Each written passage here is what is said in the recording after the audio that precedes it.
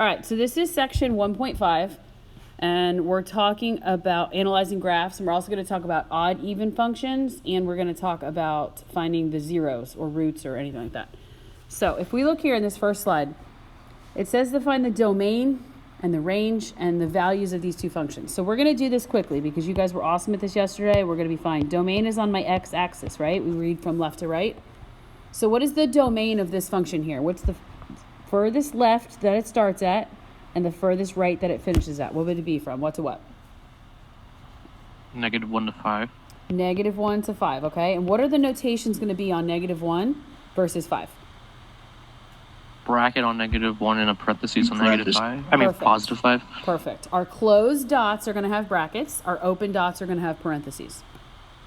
Again, as I go through this, if I'm going too fast or anything like that, let me know because I know I tend to go fast. I've been told that in every class period, so I'm trying to slow down.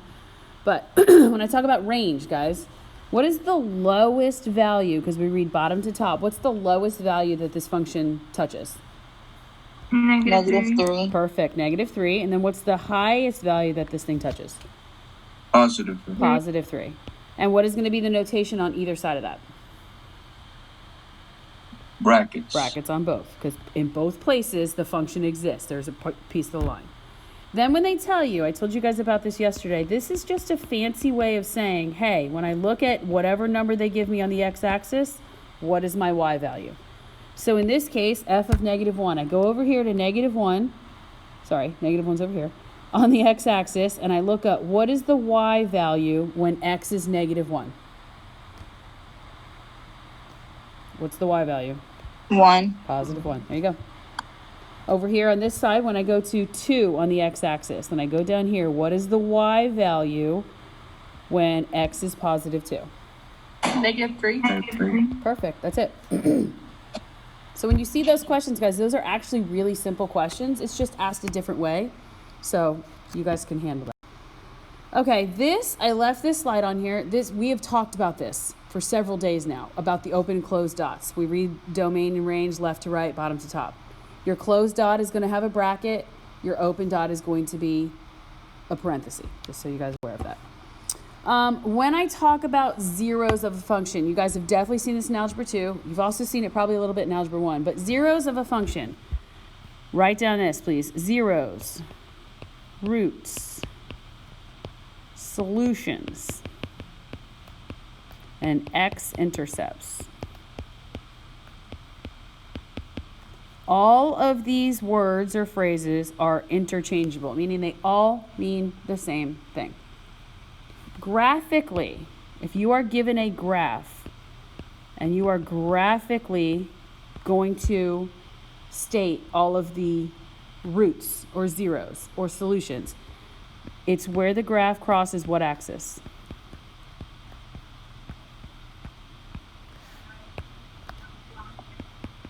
Anybody? X. The x-axis. So if you had a graph like this, and I said to you, how many solutions does this graph have? You guys would tell me how many. How many times does it cross the x-axis? 3. How many times does it cross? It crosses 4. 1, 5. 2, 3, 4, 5. 5 roots. But so given a graph, this is easy to answer because you just look and see where it crosses. Algebraically, which is what we're going to focus on a little bit more, and this is everyone's braically. I think that's how you spell it. But when you are finding the roots algebraically, you set the function equal to 0. And then you solve it, which ends up you having to do what?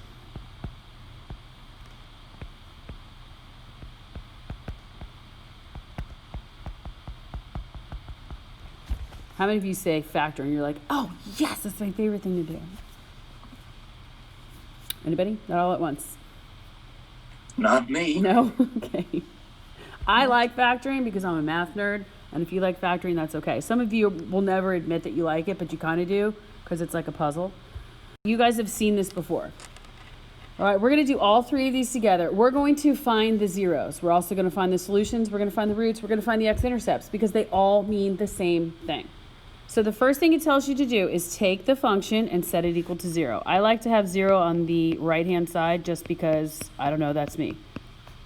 Now, we all come from different teachers. We all come from different backgrounds. Some of us are coming from regular algebra. Some of us from Algebra 2 Honors. Some of us from college algebra. Depending on your skill level and teacher, that's okay. Factoring can be done a bunch of different ways. I'm going to show you how I do it. If you like that way, great. If not, then do it the way that you're comfortable with. But in this case, where a is not 1, a is the term in front of x squared, okay? We multiply a times c. 3 times negative 10 is negative 30.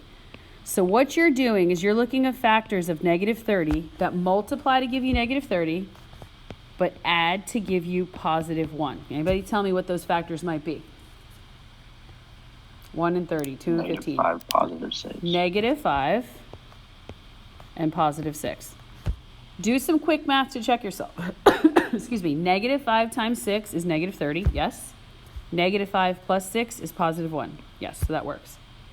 Now, traditionally, if the a value was 1, if you just had x squared, you would just write xx, be done with it, and solve. But a is not 1, all right? That first term is a 3. This is how I teach my kids to do it. Again, if this doesn't work for you, if it doesn't make sense, you don't like it, don't do it this way. Do it the way that you know how. But I tell everybody to take this a term and to put it underneath both factors that you found. And then I ask myself this question, 5 divided by 3, does that work out to a nice pretty whole number? Yes or no? No. No. So this becomes my coefficient. And I have 3x minus 5. Now I look at the second and I say 6 divided by 3. Well, does that turn out to be something real pretty? 2. Yeah. So then I write x plus 2. And my equation is now factored. You might do it where you have 3's in front and then you factor it out, or your teacher, however, there's a million different ways to do this. That's just the way that I do it. It makes sense to me. I think visually I see it better, so that's the way I like to do it. But again, if you don't want to, no big deal. And now to find the roots, we set each parenthesis equal to 0. We just solve it. So I have 3x minus 5 equals 0, and I have x plus 2 equals 0.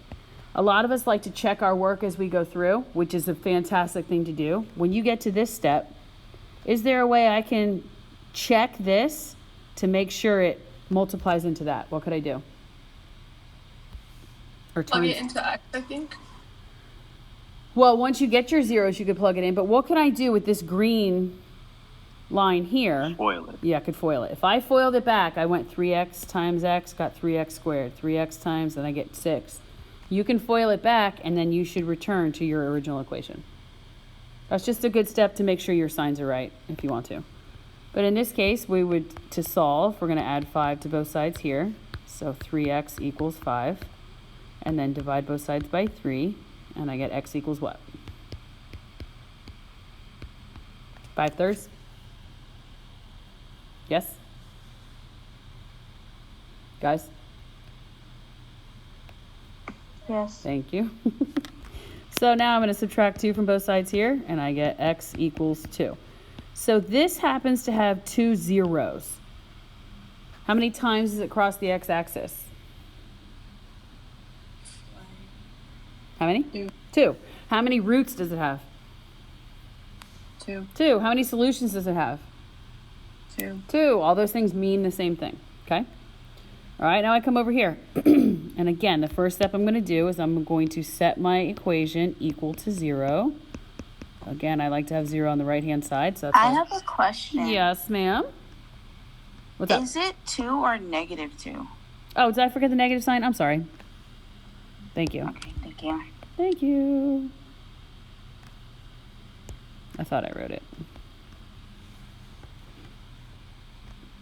All right, come here. How do I solve this? What's my first step? How do I solve this equation? Set it equal to 0. Okay, we did that. Now what?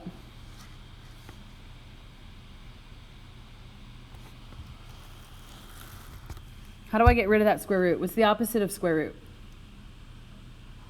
Squaring. Okay, so if I square this side, then I have to square this side. When you square a square root, they cancel each other out. So I have 10 minus x squared equals, well guys, what's 0 squared? 0. 0. Thank you. All right. Now what? There's two different ways you can do this. We can move 10 over, or we can move x squared. It doesn't matter to me. What do you guys want to do? Move x squared to make it positive. Okay. So I'm going to make this positive. And I get 10 equals x squared. We're almost done. We got to get x all by itself. So how do I get x all by itself? Take the square root. Take the square root. When I physically put the square root on top of a number, what's going to go in front of my answer? Plus or minus. Thank you. Plus or minus. Very good. So how many answers do I have here? 2. I have 2. I don't have 1. I have 2. If you guys don't put the plus or minus, then you're only putting one of the answers. So it's only half credit. If you want to write it as x equals negative root 10 and x equals positive root 10, you can. If you want to keep it as plus and minus, that's fine too. But you have to have that plus or minus. When you physically put the square root on top of a number, you have to have the plus or minus. You guys remember that? If not, that's okay. We're going to remind you. All right, let's look at this one. First thing I'm going to do is rewrite it. I'm going to use x, guys, because my t's start to look like plus signs.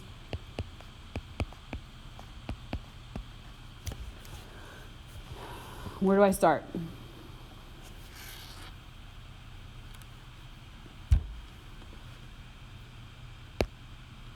Anybody? You can multiply each side by x plus 5. Yep, multiply both sides by x plus 5. On the left-hand side, my x plus 5s cancel out because I have one on top, one on the bottom. So I have 2x minus 3. What is 0 times x plus 5?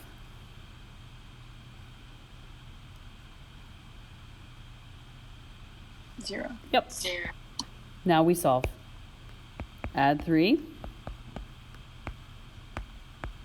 2x equals 3. Now what?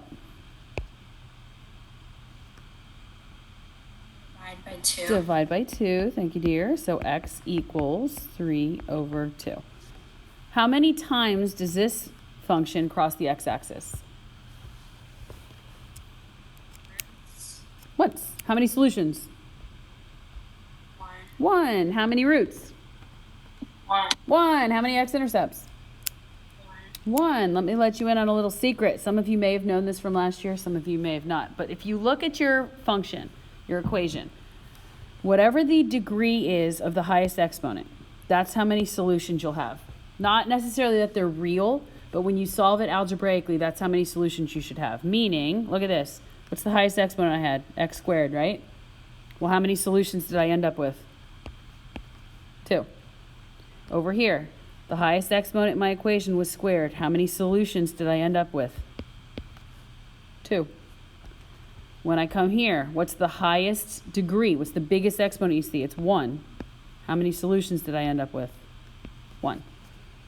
That's a good way to check yourself, because if you had something like x to the 4th plus 3x cubed minus 6x plus 1, and I said factor this. Okay, we'll get to that later. But how many answers should you get when you factor this?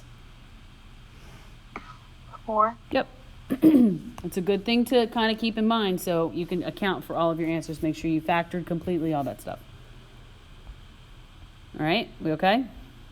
Part of your homework is going to be just factoring. It's going to be setting equal to 0 and factoring, because we need a lot of practice at that. All right, increase, decrease, constant. You guys were doing a really great job at this. So again, I'm not going to spend a ton of time, but let's pretend that this one has arrows on it. If we're talking about increase, decrease, and constant, we always read on what axis?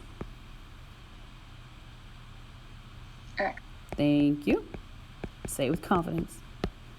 The y-axis doesn't matter. So we're always looking left to right. We start on the left-hand side and follow this function. What does it do the entire time? Increases. Increases. From where to where, Lily? X-axis. From where to where?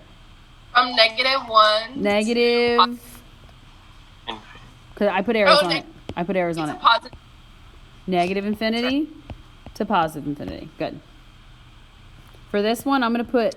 Miss Meadows. Yes, what's up? It's not constant in the middle. I know it looks like that right here, and it's just because the graph is from a calculator, and you just can't. It's very, very, very, very subtle, but it doesn't ever become constant. Okay. It's always increasing just a teeny bit. Always, always, always. Okay. Hold on one second.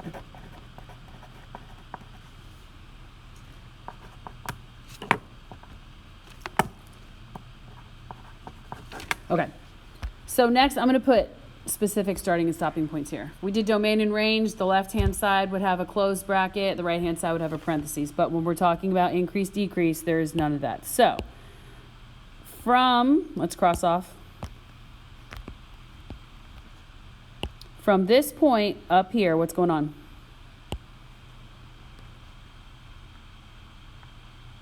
What are we doing? From here to here, what's going on? Increasing. Very good. From where to where? Where on the x-axis to where on the x-axis? Negative 2 to -1. Perfect. Very good, guys. So from here to here, what am I doing? Decreasing. Decreasing. From where on the x-axis to where on the x-axis? Negative 1 to 1. Oh, you guys are making Mama so proud. What's going on here? I'm your math mama, by the way. What's going on from here to here? Increasing. I'm going to put it next here. I have another increase. And it's from where? 1 to 2. 1 to 2. Perfect. Great job. All right, when we're talking here, let's do arrows. Make it a little more difficult.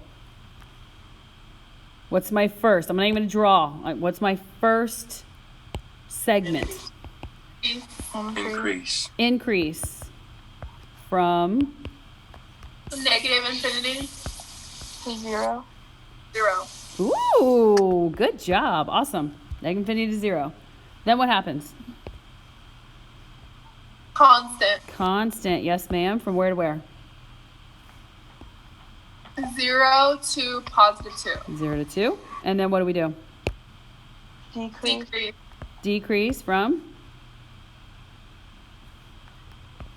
2 to 3. 2 to? 2 to To negative. the 2 to where? To Infinity. Positive infinity, because we're always looking on the x-axis. Good. Good. All right, that was a good little review. Now we're going to talk about, we talked about relative minimum, maximum. Average rate of change. That is a funny way of saying slope because this is not a linear function, okay? When we talk about average rate of change, use the slope formula, but you're not actually saying it's the slope because it's not a linear function. We call it the average rate of change. So what you need to do is, what they tell you is the average rate of change from -2 to -1. So write down those 2 points. At -2 and at -1, what are your y values? At -2, what's your y value?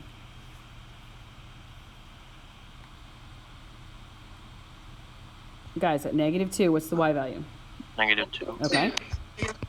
And then at -1, what's the y value? 2. Positive 2. So our average rate of change, we're still going to use the slope formula. So I'm going to say 2 minus -2. And then -1 minus -2. Do I have all my signs right? -1, yep, right. So Yes. this becomes 4 over 1. So the average rate of change over this interval is 4. So if I was going to do B between 0 and 1, so I have my point 0 comma what and 1 comma what. 0 at 0, what is the y value? 0. Uh-huh. And at +1, what's the y value? Negative 2. -2. So let's do our slope. Not slope, average rate of change. -2 minus 0. And then 1 minus -0, just 1 minus 0. So I have -2 over 1. So my average rate of change here is -2. So you guys can kind of look at this and see if this makes sense. We read a graph from left to right. So from the interval of -2 to 1, what is my function doing? It's increasing, right? So that should make sense that your average rate of change is positive. Between the intervals of 0 to 1, which is here, it's going downwards, which is a decrease. So it makes sense that your average rate of change would be negative. Does that make sense? Yes. Okay, thank you. Thanks. I appreciate the enthusiasm, Lily. All right, odd, even, neither. This is the way the book explains it. I will never talk to you about it this way again. If you were in Algebra 2 Honors, this is how Miss Corey and Miss Ferrier had you figure out if it was odd, even, or neither. They would have you plug in x and negative x and then compare the answers. Perfectly fine. If you like that, that's great. I do it a different way, using numbers. I think it's just a tad bit easier. But again, like if you're comfortable with that, do it that way. What I want you guys to write down right now. Write down the word odd. Please work. Okay, write down odd.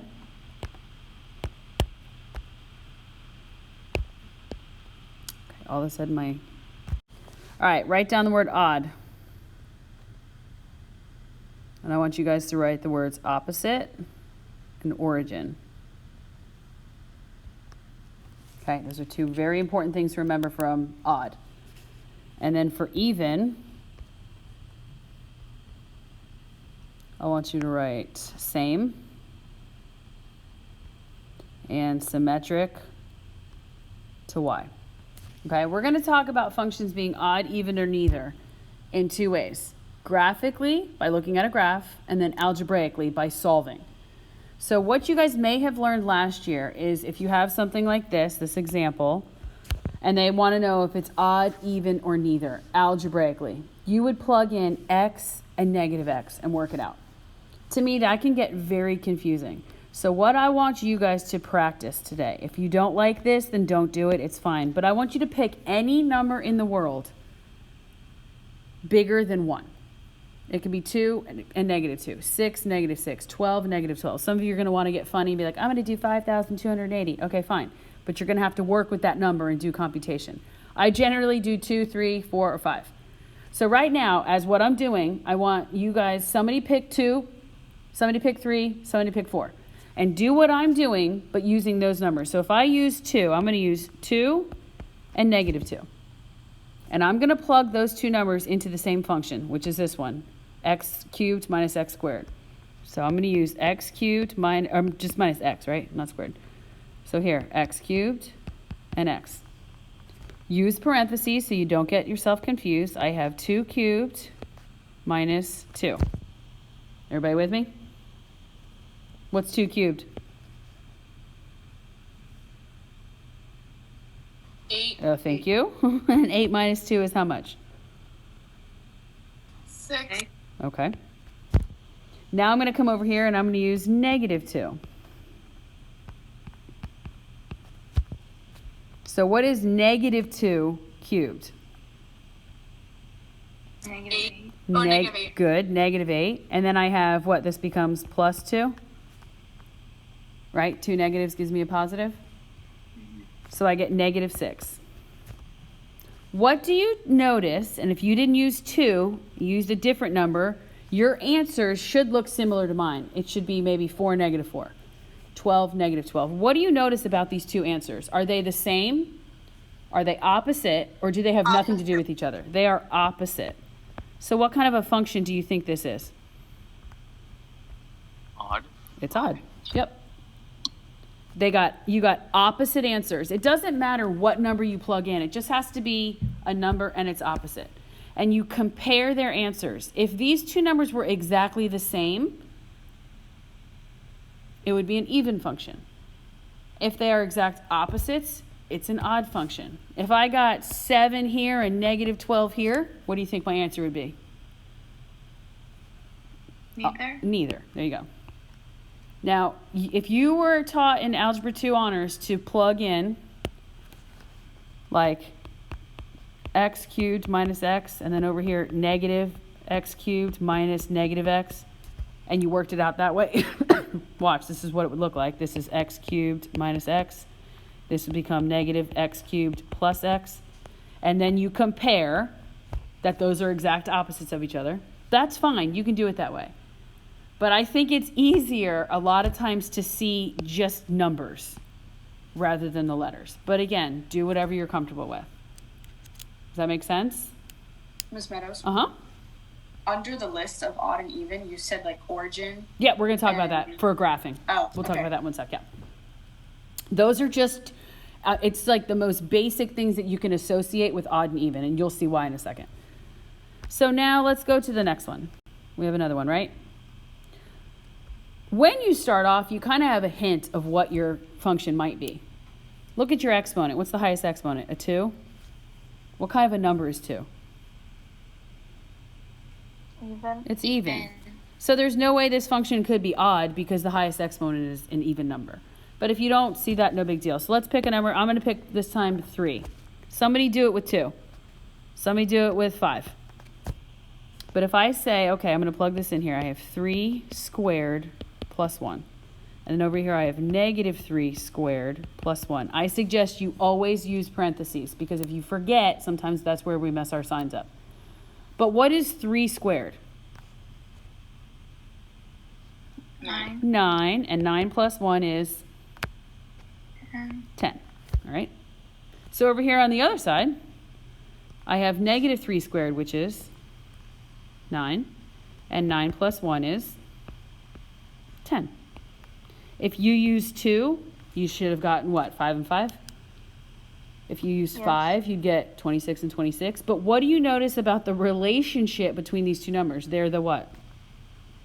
Let's see. They're the same. So what kind of a function is this, folks? Even. There you go. Does that make sense?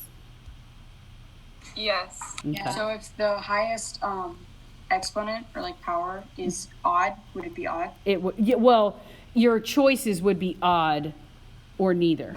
But if it's an odd function, you'll never get the same answer. It'll either be opposites of each other or two totally different numbers. Okay. Good question. All right, graphically, this is even easier. You guys are going to say, can you have like 100 of these on our quiz, please? What are the 2 words I told you to remember when we talk about when we talk about odd? Origin and opposite. Origin and opposite. So if a function is odd, the arrows are going to go in opposite directions, and it's going to go through the what? What's the other word I told you to remember? Origin. Origin.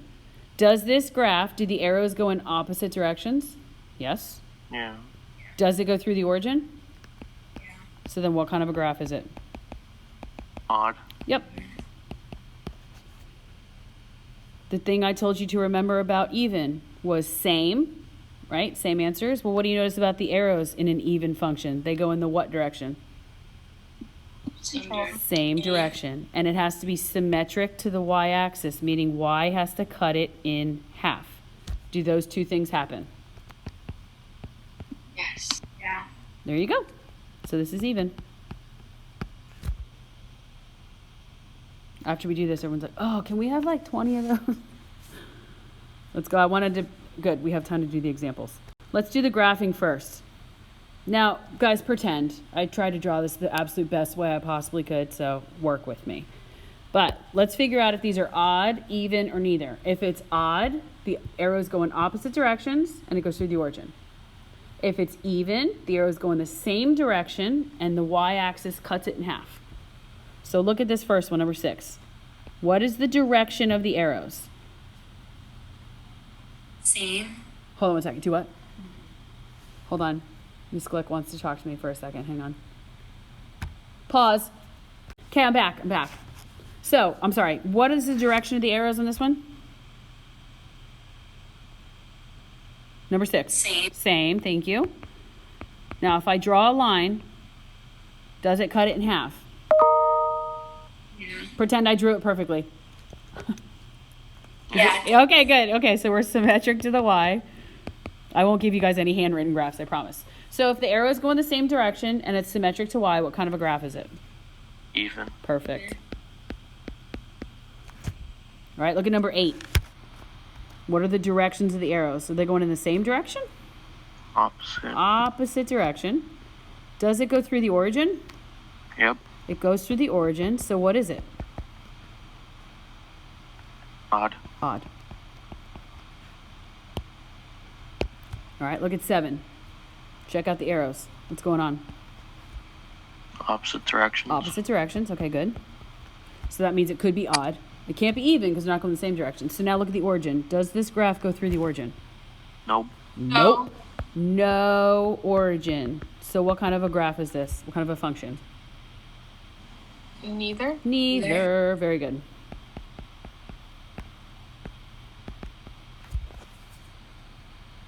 How do we feel? We okay? Talk to me. Yes. Okay, let's do these. Pick a number. Zoe, pick a number. 2. What'd you say? 2. Oh, I thought you said 10. I was like, oh, smaller, but okay. Okay, we'll do 2. So we're going to do 2 and negative 2. Now, can this function, can number 1 be an even function? Could it possibly be an even function? No. Nope, because that's an odd exponent. The biggest one's odd. So there's only going to be 2 answers. It can either be odd or neither. So I'm going to say, okay, 2 cubed minus 6 times 2. And then over here, I'm going to say negative 2 cubed minus 6 times negative 2. So basic algebra, we can do this. 2 cubed is 8 minus 12 gives me negative 4. Agreed? So over here, I have negative 8 plus 12 because negative 6 and negative 2 is positive. And I get positive 4. So what is the relationship between these two numbers? Opposites. They are opposites of each other. That's why this word is so important. Opposite. So what kind of a function is number 1? Odd. Odd. And this is exactly how I'd expect you to show me your work. But does that make sense to everybody? Yes? No? Maybe? This was supposed to be squared. Yeah. Okay. Yeah. I'm not going to get through all of these, but I'll finish them for the video, I promise. I just want to do 2 more, and then I'll let you guys go. Okay, pick another number. Can you do 2? 2 again? 1. It's just No, you got to small, do bigger than 2. You can't do 1. My little trick won't work if you use 1. So let's do 2. 2 and negative 2. Okay, so 2 to the 4th minus 2 times 2 cubed.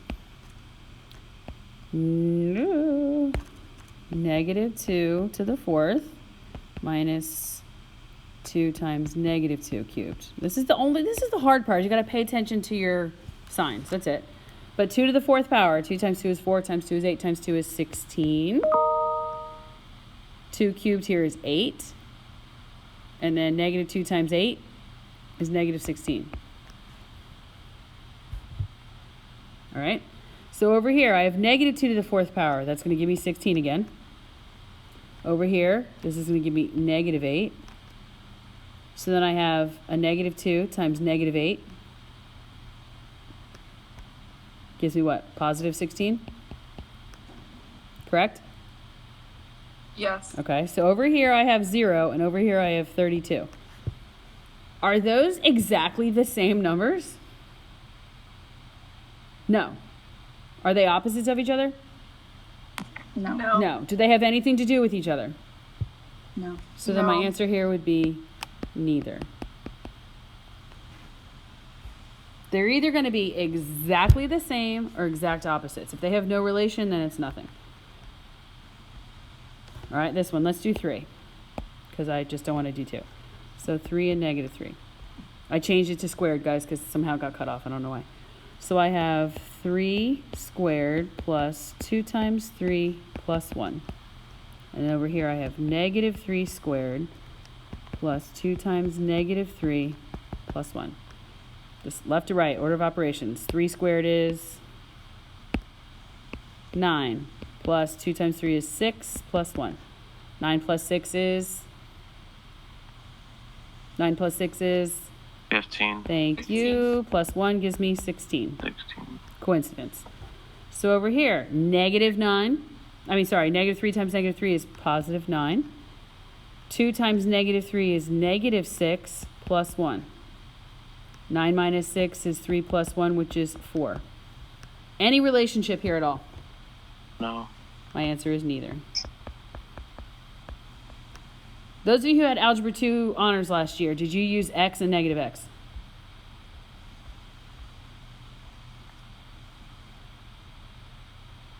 Anybody? Alexa Voracek. What did you do? I'm sorry? Did you use negative and positive x's last year? When you did this with Miss Ferrier and Miss Corey? Do you remember? It's okay. I don't remember. It's okay if you don't. That's fine. That's perfectly fine. I didn't mean to put you on the spot. All right, let's pick another number. Let's do 5, because some of you are going to want to be super cool and get big numbers. Perfect. First of all, I can look and kind of cheat a little bit, kind of give myself an idea. What are the possibilities that number 4 could be? Is there a possibility that it could be odd? Even. No. No, it can't be odd because the biggest exponent that you see is a 2. So it's either even or neither. So I'm going to plug in 5. And then I'm going to plug in negative 5 and compare my answers. 5 squared is 25, and 25 plus 6 gives me 31. Negative 5 squared is 25 plus 6 gives me 31. Now, the number 31 means nothing. It's the comparison between the two numbers. What do you notice about those two numbers? The same. So this function is? Even. Does this make sense to you, precious people? Yes. Okay, I'm going to do the last one since we got here. We'll just do 2 and negative 2. 2. This could either be odd or neither. So I'm going to say 2 times 2 cubed plus 7. 2 times negative 2 cubed plus 7. You guys agree with me this is 8.